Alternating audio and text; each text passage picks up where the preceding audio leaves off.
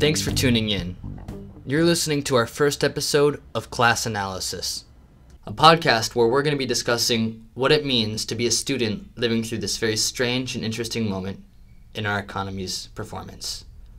Unpaid internships, student debt, inequality, and a growing population of people that are becoming more and more interested in bringing about serious change to how our economy works. I'm your host, Caio Brentar. I'm a student of economics studying at New York University and a friend of everyone here at Democracy at Work. This first episode, I just want to talk a little bit about what it means to be an economics student. Why are people studying economics? What are they learning when they decide to study economics? And why are so many students, whether they're studying economics or otherwise, becoming more and more interested in people like Professor Richard Wolff and Bernie Sanders, and topics like Marxism and socialism? So first, let me just start by saying, despite what a lot of people might think, a lot of people study economics because they're genuinely curious and genuinely interested in learning more about how our economy works. Whenever I go to a party or something and I am talking to people and they ask, what do you study?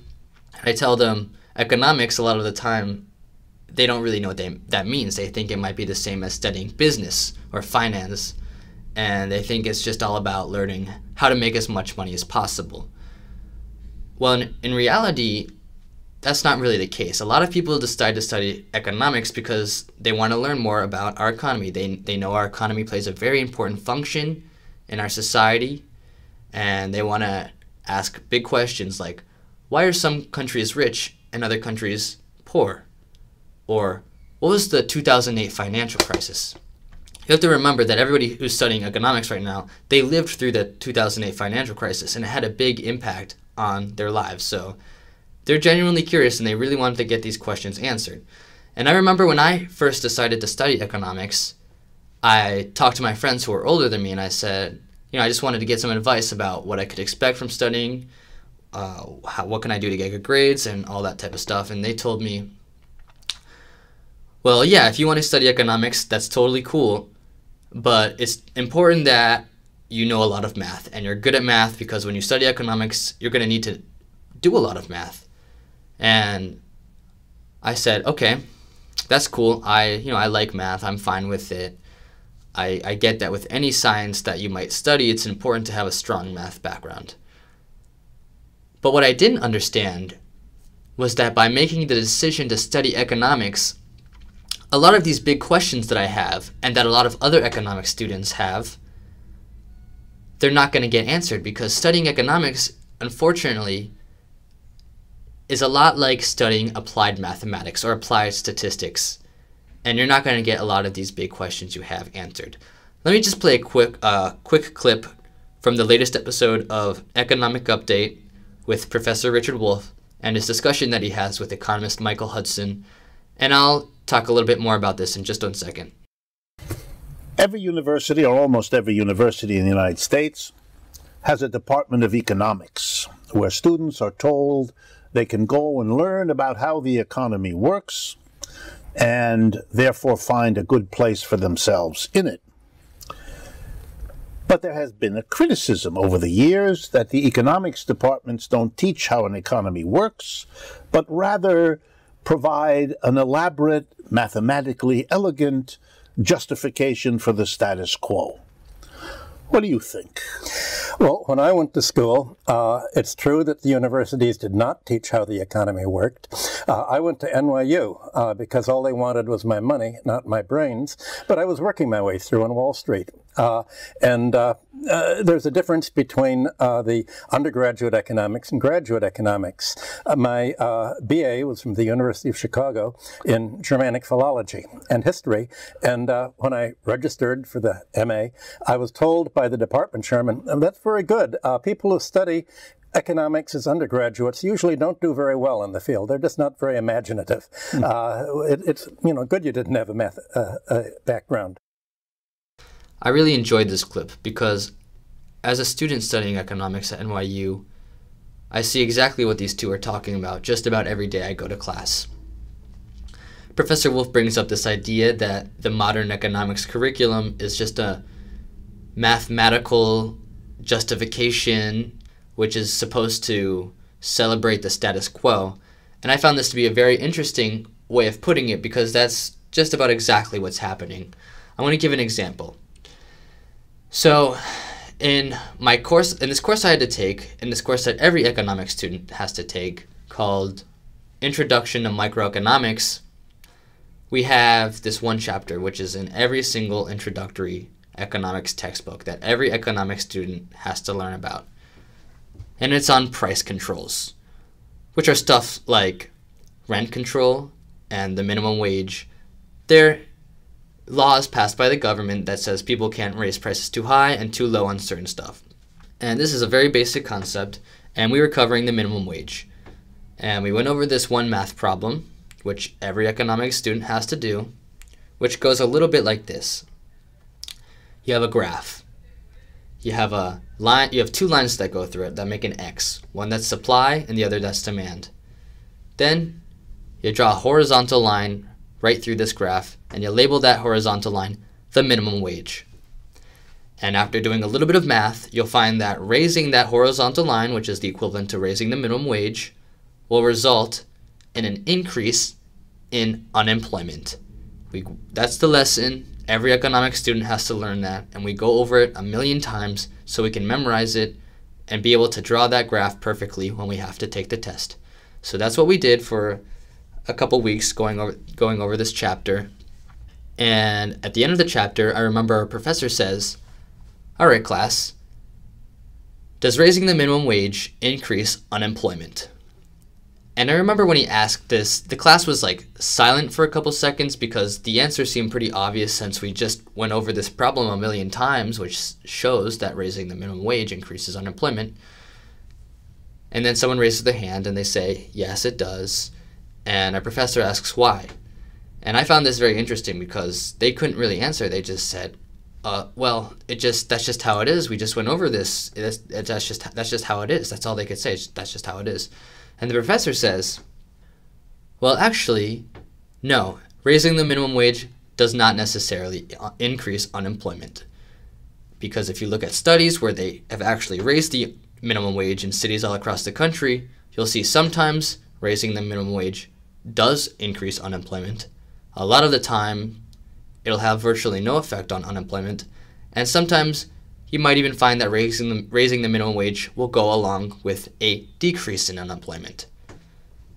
And I found this to be so interesting because we had just gone over this same problem over and over again for 2 weeks that said raising the minimum wage increases unemployment, and now he's telling us that when you actually look at data, that's not the case. And what was even more interesting was the fact that this student who was answering this professor, and I'm sure many other students in the class too who didn't want to raise their hand, had this idea that raising the minimum wage increases unemployment, obviously because this is what they were just taught over and over and over again for 2 weeks. And if this professor hadn't said that, this is not in the textbook, by the way, this is just what a professor wanted to teach us because he's a good person and he's interested in making sure that we learn more. If our professor hadn't said that, all these students would have left the class and graduated with a completely wrong misunderstanding about how our economy works. So this is exactly what Professor Wolf was talking about. We were doing this math problem over and over again, which was reaching this conclusion on the minimum wage, which actually doesn't really line up with reality. It doesn't actually fit with necessarily how the economy functions. And I found this very interesting because this is a very, very basic model we were going over. Like I said, it's in one of the first chapters and the most basic economics course that we all have to take. And I was thinking to myself, okay, so if the mathematical models are getting it wrong here in the very, very basic chapters, how am I supposed to expect them to get it right when I'm learning a lot more advanced economics, when I'm doing much more advanced math problems? If it can't get it right in the basics, why should I believe it when I get further on in my classes? And this kind of instilled a little criticism that I had towards the economic curriculum that we're learning. I'm going to play another clip real quick, and then I'll continue talking. There wasn't much mathematics then. There was a money and banking course, and I was working as Chase Manhattan's balance of payments analyst, and I found that everything that was in the textbook was exactly the opposite of what happened. They had the idea that banks lend out savings, and that's how everybody gets rich, and I pointed out banks create credit, that there was a whole series of mythology about money. They don't realize that savings just grow by compound interest. There's an accumulation, and the whole economy is getting more and more debt-ridden, even in the 60s. I got a C+ in the course because he said that I didn't understand how the banking system worked, that it lent to industry, and industry employs workers carrying their lunch pails in and out of the factories, and everybody gains. And I said, no, most bank loans, 80%, are all mortgage loans to the real estate sector. And after that, to the oil and gas industry and the mining industries. And what these industries get, they get rent, land rent, economic rent, monopoly rent, really much more than profits, and they're not after profits. That's not good enough. There was no discussion at all of the concept of economic rent and unearned income in the curriculum. I was really excited when I first heard this clip because Michael Hudson talks about his experience taking the money and banking course at NYU, and I had literally just taken that course last year, so I was really excited since we took the same course. And what I found super cool was the fact that his experience taking this course seemed to have really matched up with my own experience taking this course. Let me start by saying I was actually really excited to take this course because I wanted to learn more about the financial system. I knew it had a very big role in how our economy works and how our society works. I knew that, for instance, the 2008 financial crisis, that had a huge impact that impacted the entire planet. And I really wanted to learn more about that. So I was really excited to take this course. But I remember a few weeks into the course, I found that the course, we were just basically doing more of that same old math. We would be answering questions that sound like this. If you have this much money and if you lend it at this interest rate, in how much time will you have this much amount of money? Or in a year, how much money will you get back? So basically just more of those math problems that do relate to banks, but don't actually teach you very much about how the economy works. So I was pretty disappointed. And when we did actually learn about the financial system, and we did learn about how the financial system plays its role in our economy, it just felt so off. It taught us something that sounds a little bit like this. And this is what Michael Hudson says as well. This is basically how we were taught it. The banking system is awesome because banks have a lot of money and they'll lend this money to business people, and business people will take this money and use that money to create jobs, and then this business that they'll start will just explode and be successful, and then they'll be able to take this money that they earn from this business and pay back the banks. And it's a win-win-win because banks make money off giving a loan that's paid back by the business people. Business people make money because they took a loan and turned it into this huge successful business, and you win because now there are more jobs on the market, now there's more products on the market, so it's a win-win-win, and that's why the banking system is so important in our economy. And that's basically what we're taught. That's just a way of paraphrasing it. And obviously, as someone who lived through the 2008 financial crisis and the Occupy Wall Street movement, which was very critical of banks, I couldn't help but feel like this description of the banking system we just learned was a little bit too optimistic. And as Michael Hudson points out, yes, this description that we've learned in the textbook is total nonsense. Banks aren't interested in giving loans out to new businesses because those are very risky investments. There's a very good chance that that new business is not going to pan out, so they're not going to get their money. Banks are not going to get their money back.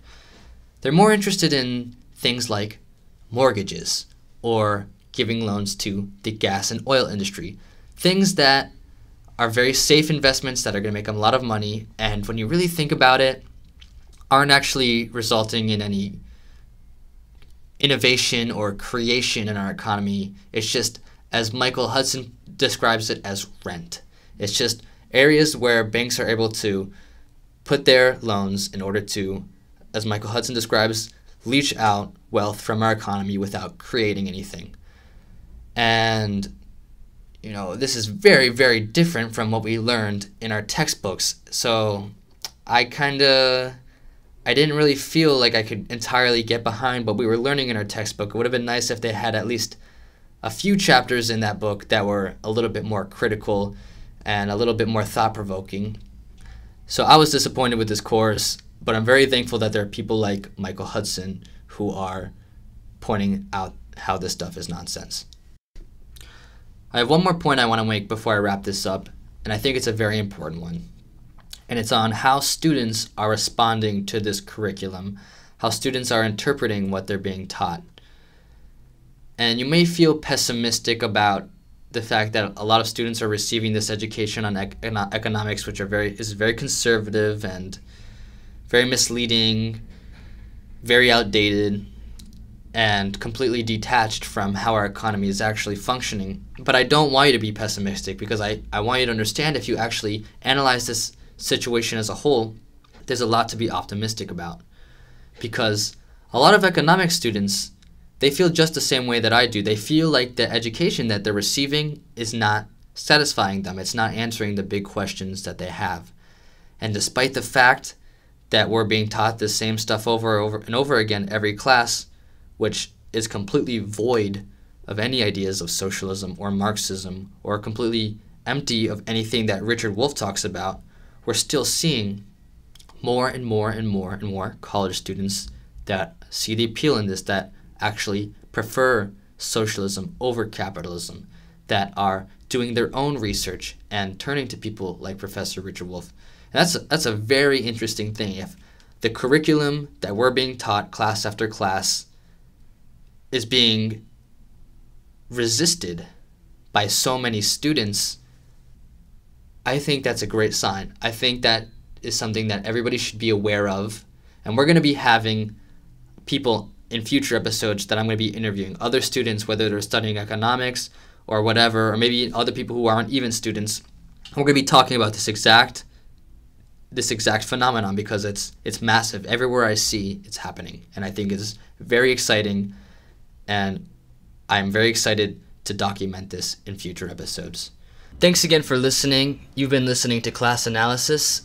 I'm your host, Caio Brentar, and I'll see you next time.